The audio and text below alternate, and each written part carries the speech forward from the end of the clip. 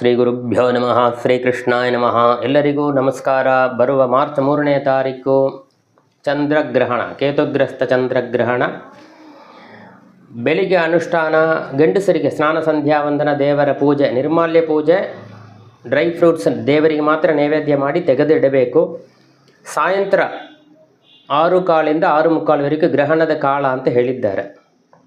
6:15 ಸ್ನಾನವನ್ನು, ಸಚೇಲ ಸ್ನಾನವನ್ನು ಮಾಡಬೇಕು.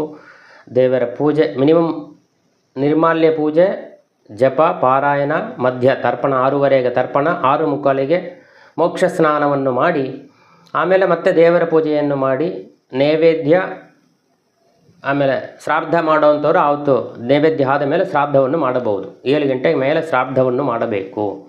ಬೆಳಿಗ್ಗಿಂದ ಉಪವಾಸವೇ ಆವತ್ತು, ಭೋಜನಾದಿಗಳಿಲ್ಲ.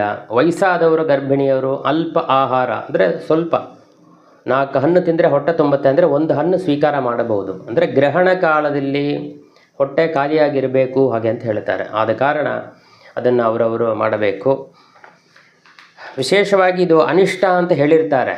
ಗ್ರಹಣ ಕಾಲದಲ್ಲಿ ಇದು ತುಂಬ ಅನಿಷ್ಟ ಅದೆಲ್ಲ ಹೇಳ್ತಾರೆ. ಅಶುಭ ಫಲ ಅದೆಲ್ಲ ಒಂದು ಪಕ್ಕ ಇರಲಿ, ನಮಗೆ ಆದಷ್ಟು ಅಶುಭ ಫಲ ಇರೋವಂಥವ್ರು ಸರಿ, ಇಲ್ಲದವರು ಸರಿ, ಗ್ರಹಣಕ್ಕೆ ಮೊದಲಲ್ಲಿ, ಗ್ರಹಣ ಆರಂಭದಲ್ಲಿ ತಲೆಗೆ ಸ್ನಾನವನ್ನು ಮಾಡಬೇಕು. ಎಲ್ಲರಿಗೂ ಅದು ವಿಹಿತವಾದದ್ದು. ಗ್ರಹಣ ಬಿಟ್ಟ ಮೇಲೆ ಮತ್ತೆ ಸ್ನಾನವನ್ನು ಮಾಡಬೇಕು. ಮಧ್ಯ ದೇವರ ಪೂಜೆ, ಗಂಡಸರಿಗೆ ದೇವರ ಪೂಜೆ, ಜಪಪಾರಾಯಣ, ತರ್ಪಣ ಬಿಟ್ಟ ಮೇಲೆ ಸ್ನಾನ ಮಾಡಬೇಕು. ಹೆಂಗಸರಿಗೂ ಅದೇ ಮಾದರಿ ಜಪ, ಅವರು ನಾರಾಯಣ ಜಪ, ಏನೋ ಕೃಷ್ಣ ಜಪ ಮಾಡಿಕೊಂಡು ದೇವರ ಹಾಡು ಅದೆಲ್ಲ ಹೇಳಬಹುದು. ಬಿಟ್ಟ ಮೇಲೆ ಮೋಕ್ಷ ಸ್ನಾನವನ್ನು ಮಾಡಿ ಆಮೇಲೆ ಗಂಡಸರಿಗೆ ದೇವರ ಪೂಜೆ, ನೈವೇದ್ಯ, ಶ್ರಾದ್ದಾದಿಗಳು ಮಾಡಬೇಕು ಅಂತ ಇಲ್ಲಿ ಹಾಕಿದ್ದಾರೆ. ಅಶುಭ ಫಲ, ಶುಭ ಫಲ ಅಂತಂದರೆ ದೇವರ ಹೆಸರನ್ನು ಹೇಳಿದರೆ ಅದು ಶುಭ ಫಲ. ಹೆಸರನ್ನು ಹೇಳದೆ, ದೇವರು ಹೇಳಿದೆ ಅನುಷ್ಠಾನವನ್ನು ಮಾಡದೇ ಇದ್ದರೆ ಅದು ಅಶುಭ ಫಲ ಅಷ್ಟೇ. ಇದರಲ್ಲಿ ಪೂರ್ವ ಫಲ್ಗುಣಿ ನಕ್ಷತ್ರ ಸಿಂಹರಾಶಿಯವರಿಗೆ ಅನಿಷ್ಟ. ಅವರು ವಿಶೇಷವಾಗಿ ಸ್ನಾನ, ಜಪ, ದಾನಾದಿಗಳು ಮಾಡಬೇಕು. ಅಂದರೆ ಕೇತುಗ್ರಸ್ತ ಸೂರ್ಯಗ್ರಹಣ, ಚಂದ್ರಗ್ರಹಣ ಆದ ಕಾರಣ ಕೇತುಗ ಧಾನ್ಯವೊಂದು ಹುರುಳಿ ಅಂತ ಹೇಳ್ತೇವೆ, ಕುಳಿತ ಹುರುಳಿ ದಾನ. ಚಂದ್ರಗ್ರಹಣ ಆದ ಕಾರಣ ಅಕ್ಕಿಯನ್ನು ದಾನ ಮಾಡಬಹುದು.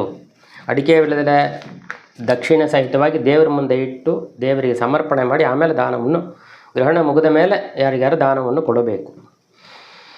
ಶುಭ ಫಲ ಮಿಥುನ, ಮೀನ, ತುಲ, ವೃಶ್ಚಿಕ ಶುಭ ಫಲ. ಮಿಶ್ರ ಫಲ ಮೇಷ, ಕರ್ಕ, ಧನುಷು, ಕುಂಭ. ಅಶುಭ ಫಲ ವೃಷಭ, ಸಿಂಹ, ಕನ್ಯಾ, ಮಕರ ರಾಶಿ ಇವರಿಗೆ ಅಶುಭ ಫಲ ಅಂತ ಹೇಳ್ತಾರೆ. ಅಶುಭ ಫಲ ಯಾರಿಗಿದೆಯೋ ಅವರು ವಿಶೇಷವಾಗಿ ದೇವರ ಜಪವನ್ನು ಹೆಚ್ಚಾಗಿ ಮಾಡಬೇಕು.